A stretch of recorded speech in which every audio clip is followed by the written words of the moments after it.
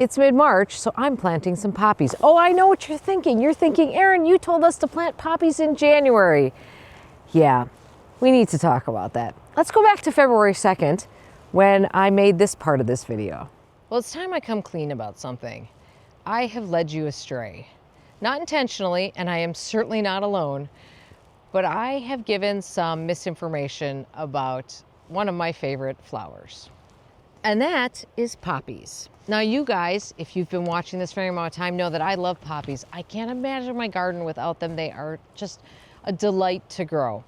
And a few years ago, I made a video about how I plant them, which is, all the planting information was fine, except for one little tidbit in there, which is that one of the reasons that I mentioned I planted them in January often is that they need cold stratification.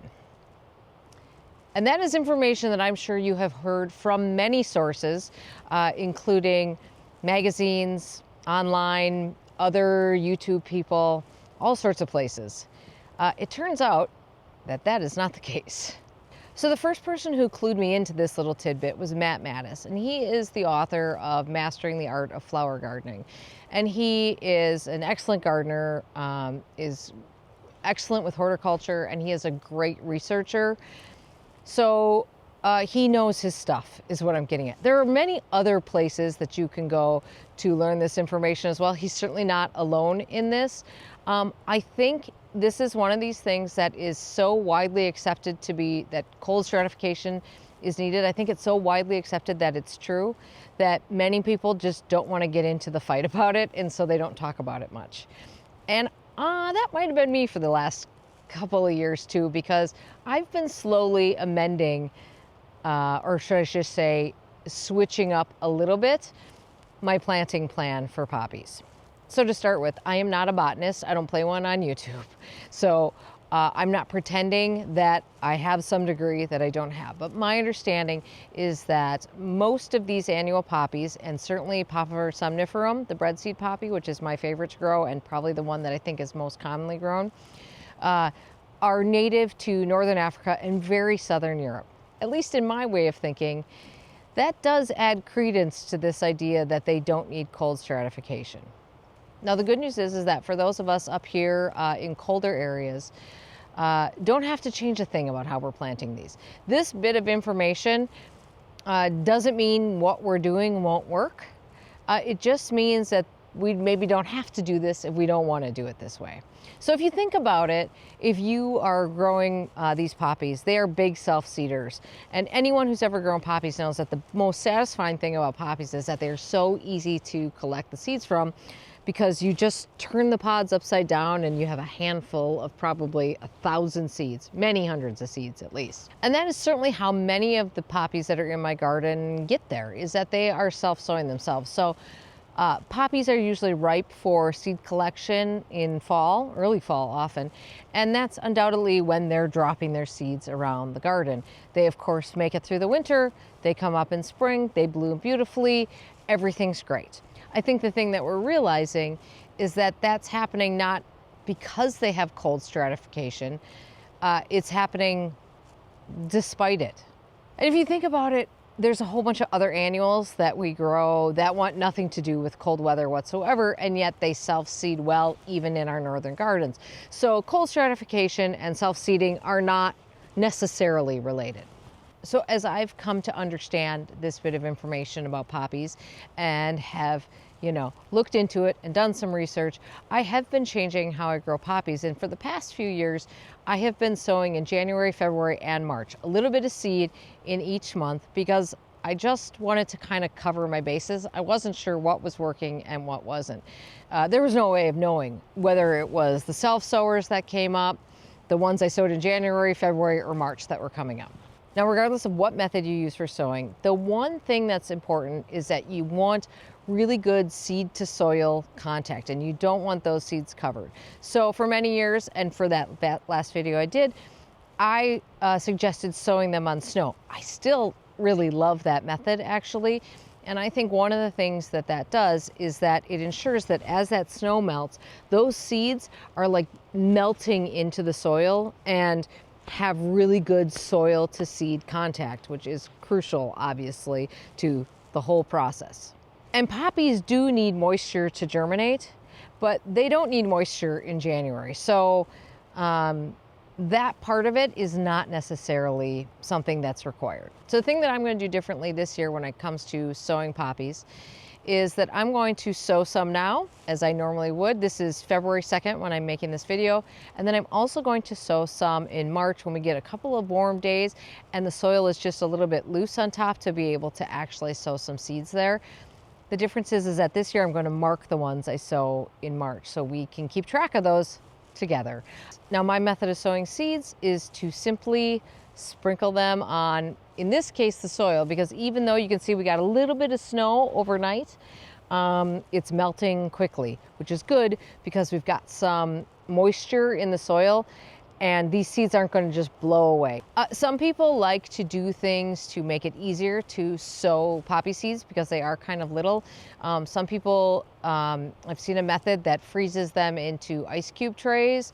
I've seen adding them with sand, which is a time-tested method for dealing with very small seeds so that you sow them thinly. I don't do any of those things because, frankly, it seems like an extra step that I don't personally feel is necessary. I don't think there's anything wrong with any of those methods, and you should use them if you like them. For me, it's just much simpler for me to just take a pinch of seeds and sow them on the soil.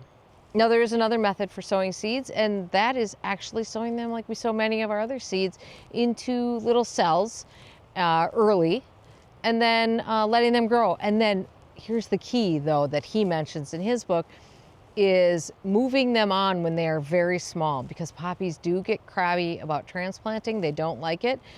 And so he said in his book that he finds that if you get them out of there at a very small size and move them on, they can handle that, and as long as you're very gentle with the roots.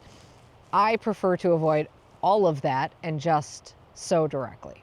So you've certainly seen poppy seeds before. You know, they're tiny, although somniferum is bigger than some other ones. If you have any dexterity in your fingers when you're sowing these, and you take any amount of care, it's really not that hard to sow these a little bit thinly. Okay, we're back to real time.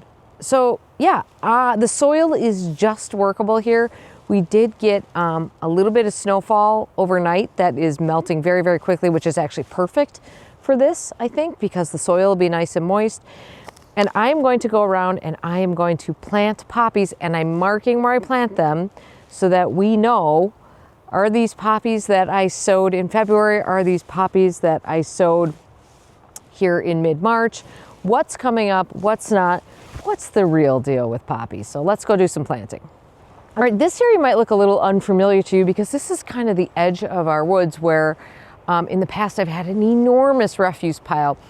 All the debris that came out of the garden that I didn't want to put into the compost went into a pile here.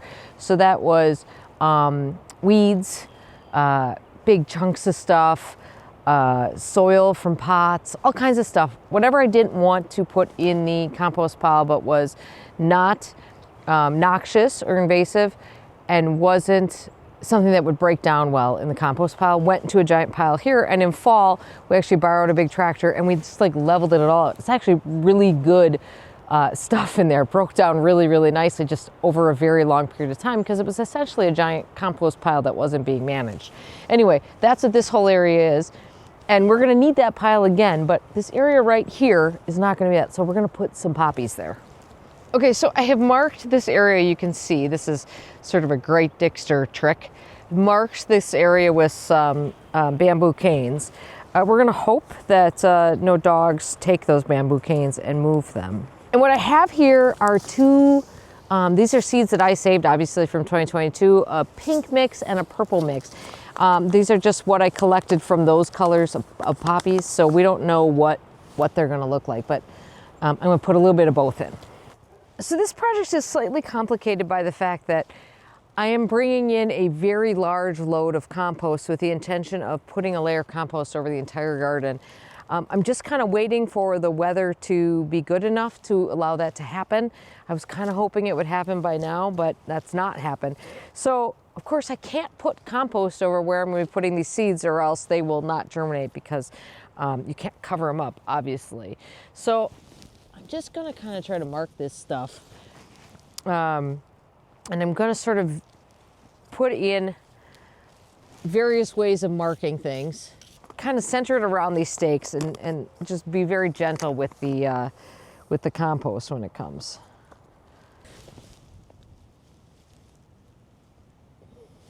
Now, in this case, this one is Lauren's grape, which is always a really good one.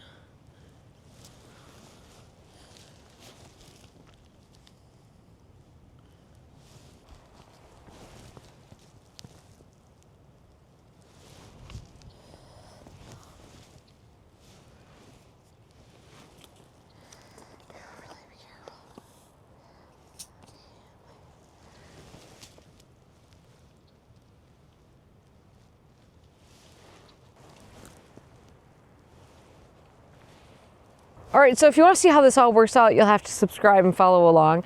We won't see flowers until the end of June, beginning of July, but we should see seedlings long before that and have a pretty good idea of what's working and what's not. All right, hope you're having a great day in your garden, and we will see you soon. Thanks for watching.